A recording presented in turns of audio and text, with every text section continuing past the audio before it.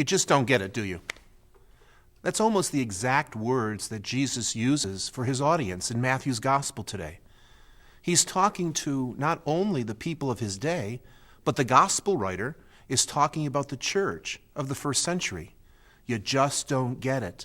It's not just a question of following the law. It's not just a question of following your rituals. It's a question of opening your heart and being transformed.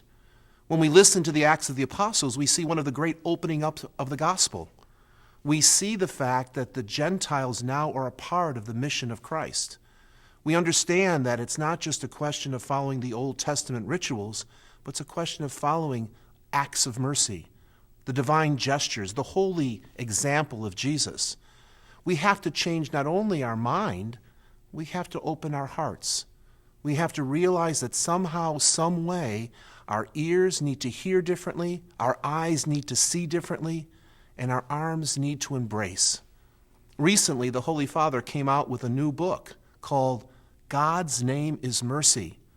During this year of mercy, we're called to be the heart and the hands of Christ, that the forgiveness that he offers, as we hear it in Matthew's gospel, is not just something for the first century, but it's for today, for our world that seems to be troubled and broken, and so in need of peace. You just don't get it? Well, who are you and I to say that? But who are you and I to be that for others? To be that gesture, that warmth, that compassion of Jesus for others.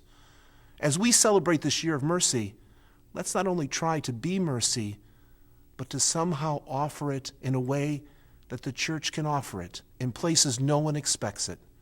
May this time be a grace time for you and your loved ones.